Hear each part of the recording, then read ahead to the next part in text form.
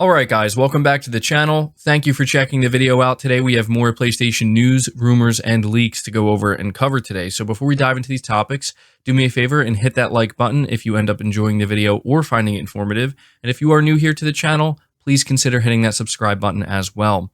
The first topic we're talking about has to do with PlayStation Plus Premium getting some performance improvement options. Reading from PlayStation Lifestyle, it says 2 more PS Plus Premium Classics have received NTSC support months after Sony promised to add the option. When the revamped service launched earlier this year, players outside of the US reported that classic games suffered from severe performance issues because Sony decided to release inferior PAL versions of those games outside of the US. So far, only 3 games are confirmed to have NTSC support. In September, Sony added the option to swap from PAL to NTSC to Siphon Filter 2, as noted by Reddit users. As of today, Ape Escape and Siphon Filter 1 can also be swapped to NTSC versions. Interestingly, Sony doesn't announce when it adds NTSC support and to which titles, leaving players to figure this out themselves. That said, there aren't exactly a lot of classics in the premium catalog. So yeah, I figured I would just give you guys this small update for PS Plus Premium. I still think this is an area where Sony needs to do a lot more work, and they have to, I think, improve it quite significantly. But if you are somebody who happens to be subscribed to this tier, you now have a few more performance options to choose from. But moving on to the next topic, we're talking again about PlayStation Plus, specifically about a new classic title that is seemingly set to be added to the catalog. Reading from PlayStation Universe, a PlayStation Store page was spotted by website Gamatsu for Star Wars Battlefront 2, listed as a PSP emulation title, indicating that it'll be added to the PS Plus Premium catalog soon. There's no mention of a release date, but this does make Battlefront 2 the first of the classic Battlefront titles to be added to the catalog. The original Battlefront, along with the PSP titles Renegade Squadron and Elite Squadron, have yet to be added to the service. Credit to Battlefront 2, however, as it is to many the best title in the series. It also allows for some of the more chaotically fun custom matches with swarms of Jedi and Sith facing off against each other. So let me know if this is a title that you would either subscribe to PS Plus Premium for, or if you are currently a subscriber, if this is something that you would be excited about. Moving on to the next topic, though, we're talking about Assassin's Creed Mirage and how it's apparently aiming to release in August of 2023. This is coming from Insider Gaming, and it's being reported by Tom Henderson. And it says here, not much is currently known about Assassin's Creed Mirage's release date apart from a vague 2023 date set on its initial release trailer. However, Insider Gaming has learned that the game is currently scheduled to release in August. Understandably, the date is tentative and subject to change, but the August date was initially set to be much sooner in the year, with the game now internally being delayed twice. The 2023 date already meant that the series will be moving from its now 2-year gap between games, but an August target suggests that we could be getting Mirage 3 years on from Valhalla if it's internally delayed again by a couple of months. With Assassin's Creed Mirage set to release on both past-gen and current-gen consoles, it's possible that this could be causing issues due to hardware limitations. Assassin's Creed Mirage is set to release in 2023 for PS5, PS4, Xbox Series, Xbox One, and PC, and the game will be smaller than a traditional Assassin's Creed title and will cost $50 for the standard edition. Sources were unable to give updates on why Mirage was internally delayed twice, but had given updates on some other Assassin's Creed titles. One of the key takeaways mentioned was that Assassin's Creed Project Red was facing some issues in development. It was reported by The Gamer in September that employees were leaving the project because of abuse allegations. On the other hand, Project Hex has reportedly been received with overwhelming positivity during its proof of concept stages and could start full production soon. As for release dates, sources have said that Red should release in 2024, with Hex in 2026, but due to Red's current issues, it's not clear if those dates could be pushed back, but we wouldn't be surprised if Red goes to 2025. So there you go, a pretty interesting update coming from Insider Gaming with for multiple Assassin's Creed titles. And I wanted to be sure to talk about this because I've seen quite a few people ask why I haven't been talking about this game too much. And I guess it has kind of fallen under the radar a little bit. So there you go. There's your update. Let me know what you think about that. The next topic in line, though, talks about Elden Ring, specifically how Hidetaka Miyazaki says he's trying not to get distracted by the game's success. Reading from VGC, Elden Ring and Dark Souls director Hidetaka Miyazaki has said he's trying not to get distracted by the huge success of his latest title, which picked up 2 awards on Friday. The Bandai Namco RPG, which has sold over 17 million copies and is the highest rated new game of the year, received a pair of PlayStation Partner Awards today, including the Grand Award for the best-selling game developed in Asia and the User's Choice Award. Reacting to the wins in an interview with Famitsu, Miyazaki said that he was especially honored by the User's Choice Award due to the fact that it's chosen directly by players. The publication asked Miyazaki why he believed Elden Ring had been such a commercial and critical success, to which he replied, quote, "I'm at a loss when people ask me why it's been so successful, but my feeling is that I don't intend to change the way I've been making things in the future. I try not to think about it too much because it could become a distraction when I make the next project. However, I am very grateful and feel honored," end quote.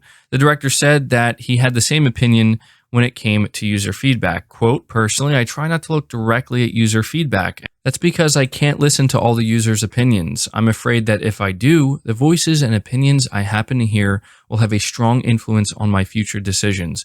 So I'm careful not to put other opinions directly into my own mind. However, when I do look at the reactions, there are many people who first played the same genre, Demon Souls, Dark Souls, etc., with Elden Ring. It makes me nostalgic when I hear them. I remember feeling really happy when I experienced Demon Souls for the first time. It's an exciting title to discover, and we've had an increase in new users. I was personally happy to hear that kind of feedback," end quote. Now, the article concludes by saying Miyazaki went on to say that he doesn't feel From Software status has changed due to Elden Ring's success, and that it simply continues to make games it wants to create. However, he said he believes that the reputation earned by selling more than 17 million copies of Elden Ring will back us up in the future and allow it to continue making games that it wants to create. So I thought that this was actually really cool. I didn't expect Elden Ring to be receiving some PlayStation awards, but you know, sometimes it's easy to forget that Sony does do this on a yearly basis, and I'm sure that Miyazaki is feeling really good about Elden Ring's success, but I gotta say, I really appreciate his comments here. You can tell that he is just truly an artist at heart. He's a creator. He's not trying to get caught up in, you know, all of the praise and the success of the game. Instead, he just wants to focus on making new games and making new experiences. And I think what he had to say about listening to other people's opinions is particularly interesting, because that must be very difficult when you're in a position like that. I'm sure that you're being bombarded with opinions left, right, up, down, center. So it must take quite a bit of effort to try to kind of, you know, push that away and just be in your own space. And I really respect that. I do. So I thought that this was some really good insight into you know, the mind of Hidetaka Miyazaki and, you know, his thoughts on Elden Ring and its success. So let me know your thoughts about that. Next up, we have confirmation from Ed Boon that the next Mortal Kombat or Injustice game will not be at the Game Awards. So this was actually revealed by Ed Boon himself, where I guess he wants to get out ahead and just set expectations and let everybody know on Twitter. He says, 4 years ago at the Game Awards, we managed to pull off a surprise announcement of MK11, which turned out great. Perhaps too great, as many assumed we'd repeat that trick for our next game. Thank you for the anticipation, but we're not ready to announce the next NetherRealm Studios game yet. And so I have to say I am a little bit surprised about this, but also very glad that Ed Boon is just being upfront and letting everybody know not to expect their game here, because I do think quite a few people were expecting the next NetherRealm game to show up at the Game Awards. I've already seen a few people anticipate it. So let me know what you guys think of this. It seems like they are definitely taking their time with their next game. And I think that's a good thing, though, because, I mean, no matter what they end up revealing, whether it's Injustice 3 or the next Mortal Kombat, I think it's going to have to be a game that does, I don't want to say things differently, because obviously there's always an expectation there for fighting games, but tries to bring something new to the table in one way or another. And it seems like that's what they're planning to do. So let me know your thoughts on that. Next up, we have confirmation of a leak that let us know Monster Hunter Rise would be coming to both PlayStation and Xbox. However, we were under the impression that this was an announcement that would be saved for the Game Awards. Turns out not. Turns out they just announced it yesterday. Reading from PlayStation Lifestyle, it says, in case you missed it, Monster Hunter Rise for PS5 and PS4 was confirmed yesterday following several leaks and reports. The game, which was first released on Nintendo Switch in 2021 and later on PC in January of 2022, will come with special features for Sony's console, including high frame rate options on PS5 and crossplay between both generations. Monster Hunter Rise is going to launch on January 20th, 2023, and its massive Sunbreak expansion will follow sometime in spring of 2023. On the PS5 specifically, players will have the following frame rate and resolution options: 4K resolution up to 60 frames per second, or 1080p resolution up to 120 FPS on compatible screens. In addition to this, Capcom is utilizing PS5's 3D audio that offers spatial sound, and of course, the DualSense's adaptive triggers will be put to good use. The publisher has promised added feedback and resistance when using gunner weapons and a slight but impactful kick when blocking with a shield. The Nintendo Switch doesn't have a trophy system, but rest assured, PS5 and PS4 players will have full trophy support across both platforms. And as for crossplay, players can team up with up to 3 other players in online co-op, complete with in-game voice chat, and the game is going to be priced at $40. So there you go. Something that we thought we were going to have to wait till the Game Awards to be announced and confirmed is out now. And not the game itself, but the announcement. And yeah, let me know if this is something you plan to pick up and play. Next up, we have a small update on Naughty Dog. I wasn't planning on talking about this, but it seems to be making the rounds. So reading from PlayStation Universe, it says Naughty Dog has gone ahead and made a small change to its logo across all of its social channels. The classic paw print is now entirely made of ice a week before the Game Awards. What could it mean? Okay, to be fair, this may simply be a lot of nothing. The most boring answer could be that it's just a change made now that we're into December with the holidays on the doorstep. A slightly less boring, though still pretty dull theory is that it's a simple nod to God of War Ragnarok, but that raises a question as to why it is only being changed now when the game released at the beginning of the month. A more interesting theory could be that this is an indicator we'll be seeing news about a PS5 update for The Last of Us Part 2 soon, or potentially a hint towards new factions information on the horizon. Potentially the most interesting theory is that this is our first hint towards seeing whatever new IP Naughty Dog is working on, perhaps something with a winter setting. So yeah, this article is basically pointing out a bunch of different theories that people have come up with, and it's understandable why people would pay attention to this. When you see a major game publisher or developer update all of their socials at one time, it's usually indicative of an impending announcement of some kind. Now, my theory with this is this has to do with the HBO series. This is something that Naughty Dog has been putting a lot of focus on, so is HBO, and it is coming early next year in January. So I think that's what this has to do with. I understand that some people are still going to hold out hope that this means Naughty Dog will show up at the Game Awards. Personally, I'm not expecting that.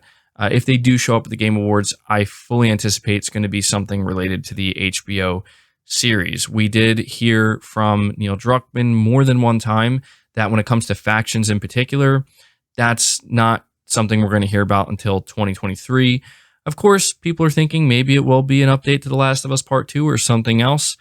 I'm not holding out any hope, but let me know what you guys think. We are moving on to the final topic, though, which talks about Hideo Kojima teasing his mystery project once again, with the announcement seemingly set for the Game Awards. Reading from Gaming Bolt, they say Hideo Kojima loves the months-long process of teasing his new games before they're officially announced. That hype cycle is something he and his team have always reveled in, and we've been seeing plenty of that in recent weeks as well. Details on this new mystery project in development at Kojima Productions have been scant, but recent teases by Kojima himself have confirmed that it will star Elle Fanning and Shioli Katsuna in prominent roles. Now, Kojima has shared another tease on Twitter, one that seems to hint at some interesting details about the game. Quote, "Start a new journey," end quote, is what Kojima's tweet reads, and it's accompanied by an image showing 3 logos against a plain black background. 2 of these, something that is shaped like a W and something else that looks like a squid, like a tentacled creature with spears sticking out of it, have been spotted in the game's aforementioned teases. One of the 3 logos is new, though. The leftmost logo shows a compass and bears the words automated public assistance company. Owing to the presence of the compass and the squid-like creature, speculation has been pointing to a nautical theme for the game. Interestingly, it also seems like an announcement for this mystery project could be coming soon. Replied to Kojima's tweet from the official account of the Game Awards, and from the Game Awards host and producer Jeff Keighley suggests that a reveal might be in the pipeline for the upcoming event on December 8th.